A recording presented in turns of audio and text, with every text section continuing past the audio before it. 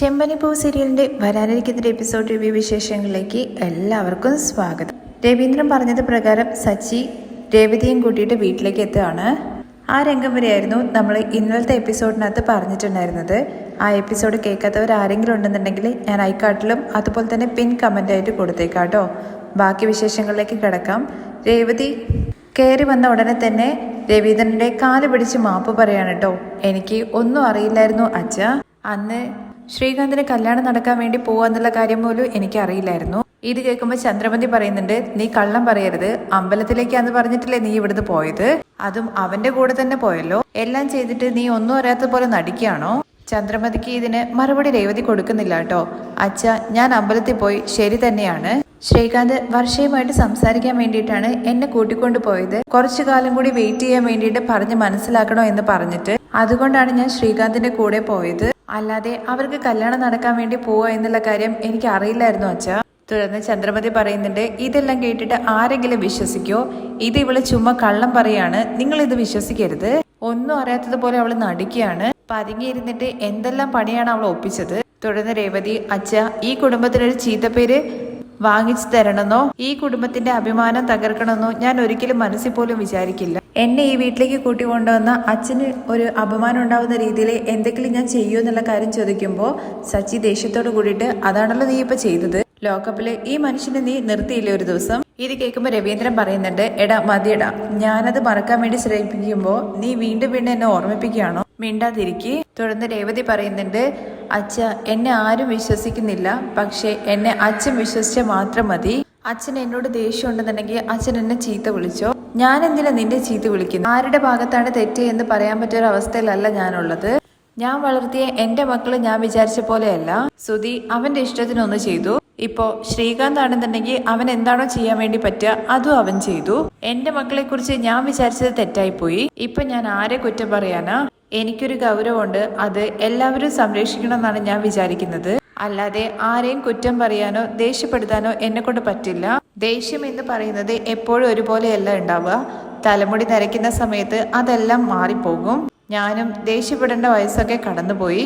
അപ്പോഴേക്കും സച്ചി, കണ്ടല്ലോ അച്ഛൻ എത്ര മനസ്സ് വേദനിച്ചിട്ട് സംസാരിക്കുന്നത് എന്നുള്ള കാര്യം എല്ലാം നീ ഒറ്റൊരുതി കാരണമാണ്. അപ്പോഴേക്കും രവീന്ദ്രൻ ദേഷ്യപ്പെടുന്ന രീതിയിൽ ഡാ എന്ന് പറഞ്ഞു വിളിക്കുകയാണേ. വേണ്ട അച്ഛ, അച്ഛൻ ദേഷ്യപ്പെടുന്ന രീതിയിലൊന്നും പറയണ്ട, ഞാനൊന്നും മിണ്ടുന്നില്ല. രേവതി, നിനക്ക് എന്നോട് സ്നേഹവും ബഹുമാനവും ഒക്കെ ഉണ്ടെന്ന് എനിക്കറിയാം. എനിക്ക് നിന്നോട് തോന്നുന്നത് ദേഷ്യമല്ല, ചെറിയൊരു മനപ്രയാസം മാത്രമാണ്. അന്ന് നീ അമ്പലത്തിൽ പോകുന്ന സമയത്ത് പ്രാർത്ഥിക്കാൻ വേണ്ടിയാ പോകുന്നതെന്നുള്ള കാര്യം എൻ്റെ അടുത്ത് കള്ളം പറഞ്ഞു. ഇങ്ങനെ ഒരു കാര്യത്തിനാ പോകുന്നതെന്നുള്ള കാര്യം നീ എൻ്റെ അടുത്ത് പറയണമായിരുന്നു. ഇത് കേട്ട രേവതി പറയുന്നുണ്ട്, അതെ, ഞാൻ ചെയ്തത് തെറ്റാണ്. അത് ഞാൻ എന്ത് പറഞ്ഞിട്ടും തിരുത്താൻ വേണ്ടി കഴിയില്ല. അച്ഛനോട് ഞാൻ പറയാണ്ട് പോയത് തെറ്റാണ്, എന്നോട് ക്ഷമിക്കണം എന്ന് പറഞ്ഞിട്ട് കൈകൂപ്പി കരയാണേ.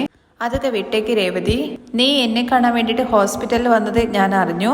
എനിക്ക് വേണ്ടിയിട്ട് പ്രാർത്ഥിച്ച് നീ എന്റെ കയ്യിൽ ചരട് കെട്ടിയിട്ടാണ് പോയത്.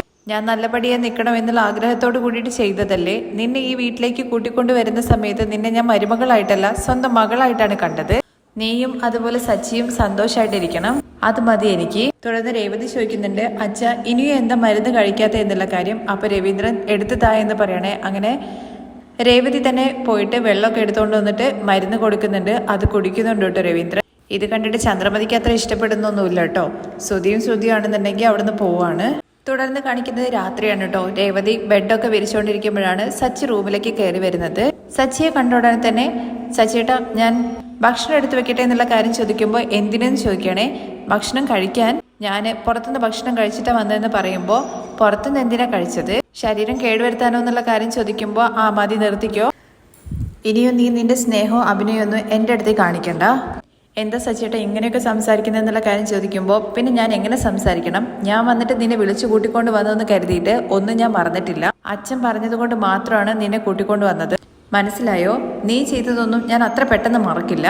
നിന്നെ ഈ വീട്ടിലേക്ക് കൂട്ടിക്കൊണ്ടു വന്നതിന് നീ അച്ഛന് അത്രയും വലിയ ശിക്ഷ തന്നെ കൊടുത്തില്ലേ? ഇപ്പൊ എന്തിനാ ഇങ്ങനെയൊക്കെ സംസാരിക്കുന്നത് എന്നുള്ള കാര്യം ചോദിക്കുകയാണ് രേവതി. ഇത് രവീന്ദ്രൻ പുറത്തു നിന്നിട്ട് ഇവരുടെ സംഭാഷണം കേൾക്കുന്നുണ്ട്. തുടർന്ന് രേവതി പറയുന്നുണ്ട്, എന്റെ മേൽ ഒരു തെറ്റുമില്ല, അത് ഞാൻ അച്ഛൻ്റെ അടുത്ത് പറഞ്ഞു, അച്ഛന് മനസ്സിലാവുകയും ചെയ്തു. അച്ഛൻ നിന്നെ മനസ്സിലാക്കല്ല ചെയ്തത്. എന്തായാലും പോയതൊക്കെ പോട്ടെ, നിനക്ക് മാപ്പ് തരുക ചെയ്തത്. അത് അച്ഛന്റെ വലിയ മനസ്സാണ്. എന്നെക്കൊണ്ട് അതൊന്നും പറ്റില്ല. നീ ചെയ്ത തെറ്റ് ഞാൻ ഒരിക്കലും മറക്കില്ല.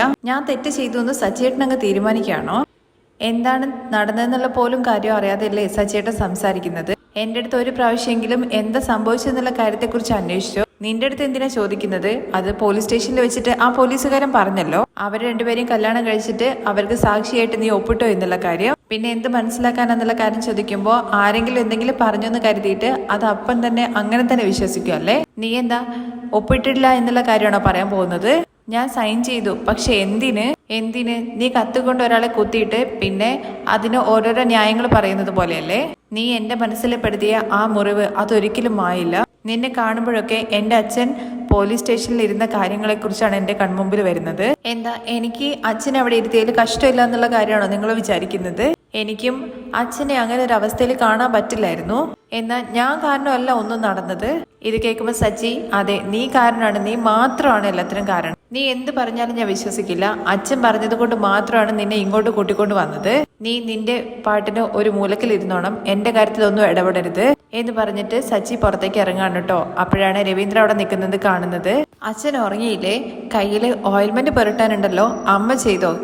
അമ്മ എവിടുന്ന് ചെയ്യാനാ, ഞാൻ തന്നെ ചെയ്തുതരാം എന്ന് പറഞ്ഞിട്ട് ഓയിൽമെന്റ് ഒക്കെ എടുത്തോണ്ട് വന്നിട്ട് പുരട്ടുകയാണ് കേട്ടോ. ഇതൊക്കെ ഞാൻ ചെയ്തോളാം, നീ പോയി കിടന്ന് ഉറങ്ങാൻ നോക്കുന്നുള്ള കാര്യം പറയുമ്പോൾ അച്ഛൻ മിണ്ടാതിരിക്കേ. അച്ഛന്റെ കയ്യിൽ വീക്കം വരും. തുടർന്ന് രവീന്ദ്രൻ സച്ചിന്റെ അടുത്ത് പറയുന്നത്, ഞാനൊരു കാര്യം പറഞ്ഞ നീ കേൾക്കുവോ? അച്ഛൻ പറഞ്ഞിട്ട് ഞാൻ എന്താ കേൾക്കാണ്ടിരുന്നത്? അച്ഛൻ പറ. രേവതിയെ നീ അങ്ങനെ ചീത്ത പറയരുത് അച്ഛ, അവള് ചെയ്ത പണിക്കുണ്ടല്ലോ എന്ന് പറയുമ്പോൾ അവള് അറിഞ്ഞുകൊണ്ട് ഒരു തെറ്റും ചെയ്യില്ല. എന്തായാലും നടന്നത് നടന്നു. ഇനിയും നീ രേവതിയുടെ പേര് ദേഷ്യപ്പെടരുത്. അച്ഛൻ അവള് കാരണമല്ലേ അച്ഛൻ അന്ന് സ്റ്റേഷനിൽ കിടന്നെന്നുള്ള കാര്യം ചോദിക്കുമ്പോൾ, എടാ എനിക്ക് അങ്ങനെ ഒരു അവസ്ഥ വരണമെന്ന് രേവതി ഒരിക്കലും മനസ്സിൽ പോലും ചിന്തിക്കില്ല. അവൾ ഒരിക്കലും ഒരു തെറ്റും ചെയ്യില്ല. ആ ശ്രീകാന്ത് ചെയ്ത തെറ്റിന് ഇവൾ എങ്ങനെയോ അതിൽ പെട്ടുപോയതാണ്. അതും തെറ്റ് തന്നെയാണല്ലോ അച്ഛ എന്ന് പറയുമ്പോൾ, അത് അവൾ അറിയാണ്ട് നടന്നതല്ലേ, അതൊക്കെ അച്ഛ കള്ളാണെന്ന് പറയുമ്പോൾ, സച്ചി നമ്മുടെ ജീവിതത്തിൽ മനസ്സിന് വിശ്വാസം വേണം. രേവതി നല്ല കുട്ടിയാണ്. അവള് നമ്മുടെ കുടുംബത്തിൽ ചീത്തപ്പേര് വരുന്ന രീതിയിൽ ഒരു കാര്യം ചെയ്യില്ല.